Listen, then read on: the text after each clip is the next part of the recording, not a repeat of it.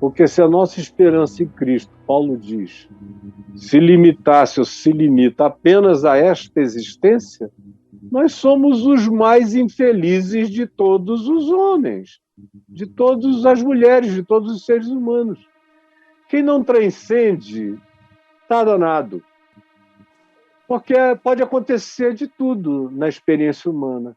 Os filhos podem ser protegidos e todos eles juntos te sepultarem, tanto quanto você pode sepultar vários filhos num dia só, num anacronismo da existência. E aí? Você vai perder a fé? Eu não.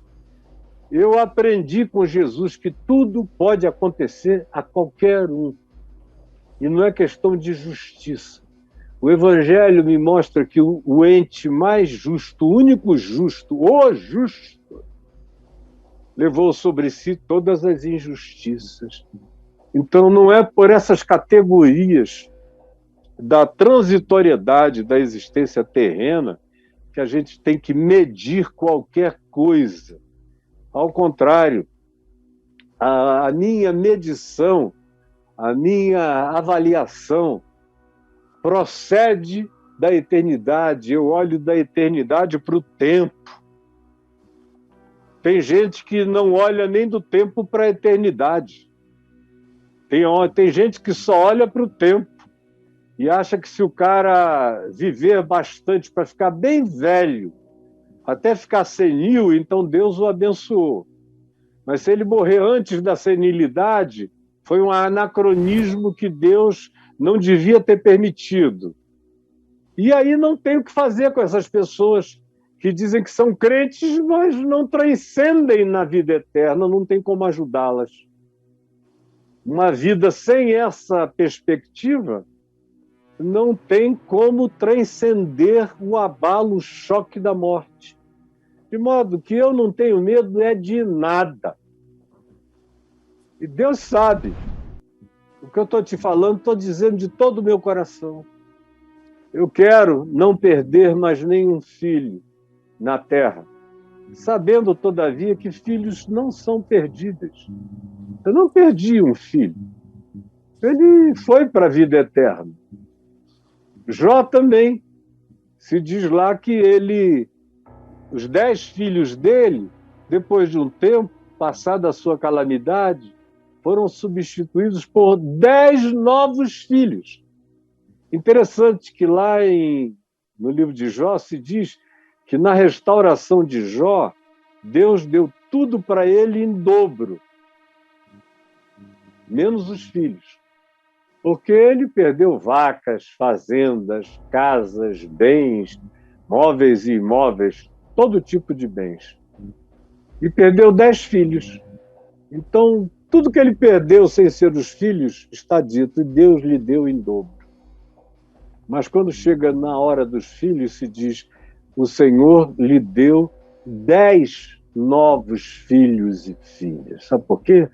Porque filho a gente não perde. A gente perde vaca, fazenda, bens, negócio, dinheiro, um monte de coisa. Mas filho, Lucas está me esperando.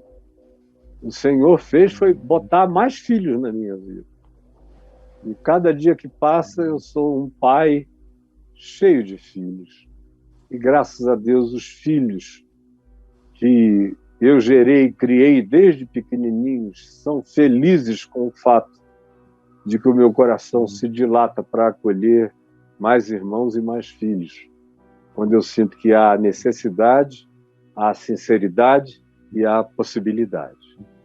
Então, por favor, tire isso da mente e do coração, porque esse tipo de coisa acaba criando na mente da gente justamente o que nós não queremos que nela seja criado. Como diz a Escritura, ora, aquilo que eu temia, justamente isso me sobreveio. Então, não ande com medo de nada, porque o medo é uma oração negativa. Não ande com medo de nada, porque o medo é uma oração negativa. Repita comigo, minha filha. Não ande com medo de nada, porque o medo é uma oração negativa. Quem anda sem medo anda seguro. Quem anda com medo existe sob ameaça, pânico e pavor. E essas coisas são atraentes em relação a tudo aquilo que a gente não quer que nos aconteça. Porque a sua projeção mental é sobre aquilo de dia e de noite, de dia e de noite. Acaba se tornando uma evocação. Então não faça isso, por favor. Não temas. É a palavra que Jesus repete. No mundo tereis aflições. Isso é fato. Mas tem de bom ânimo. Eu venci o mundo. E aí, Braulito? Querido, aí, enquanto você falava aí de Jó, dos filhos de Jó, o cara comentou aqui no YouTube, aí eu dei uma puxadinha aqui para você comentar o comentário dele. Olha o que você acha disso aqui. Segundo estudos, os filhos de Jó viviam de festas e bebedeiras. Cada dia era na casa de um, tanto que Jó fazia sacrifícios nas madrugadas para compensar isso. Mas tanto faz, não há nenhuma negatividade na narrativa bíblica. Aquilo ali era o que havia com naturalidade na vida de qualquer um que tenha 10 filhos. E que tenha bens e que tenha posses, e todo mundo vive bem. Em momento algum tem qualquer relação de causa e efeito. O que ele precisa é ler o meu livro, O Enigma da Graça, porque ele está pensando com as categorias dos amigos de Jó, que são aqueles 3 que levaram mais um quarto, que ficaram azucrinando Jó, querendo que Jó admitisse um pecado na vida dele, ou na vida da casa dele, ou qualquer coisa. Ou seja, você está sendo instruído, esses pseudo-estudos que você diz que tem estudiosos, são os estudiosos da burrice. Porque o livro de Jó inteiro é uma quebra de karmas, é uma quebra de interpretação teológica de causa e efeito, que era justamente o argumento dos amigos de Jó. Deve ser com os amigos de Jó que você está estudando, e que levaram pau de Jó e de Deus. E no fim de tudo foram pedir a Jó para orar por eles. Porque o Senhor disse, vocês estão pedindo perdão a mim? Vão pedir ao meu servo Jó para orar por vocês. E aí está tudo certo. Porque vocês só me fizeram foi sentir desejo de espirrar a ira santa em cima da arrogância de vocês para com a dor do próximo. Aí isso é coisa de estudioso burro, de teologia moral de causa e efeito. Que aí querem explicar, não, Jó perdeu os filhos porque os garotos bebiam.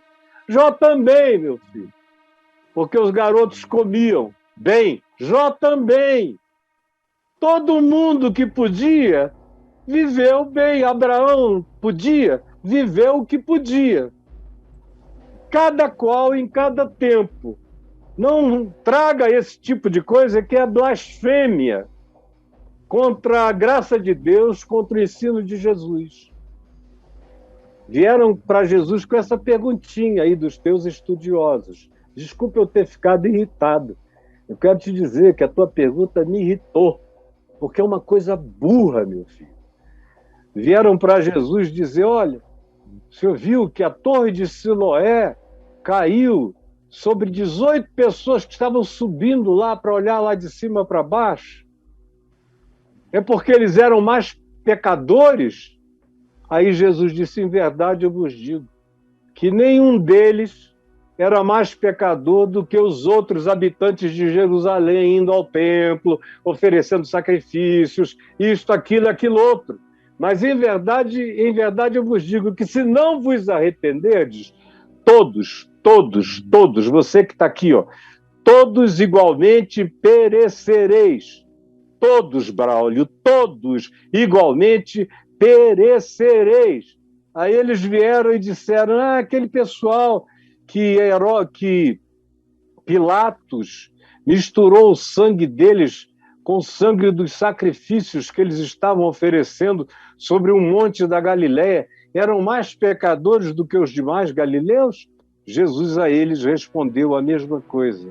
Em verdade eu vos digo que aqueles homens não eram mais pecadores do que qualquer outro habitante da Galiléia, mas se não vos arrependerdes, você que tem esse juízo,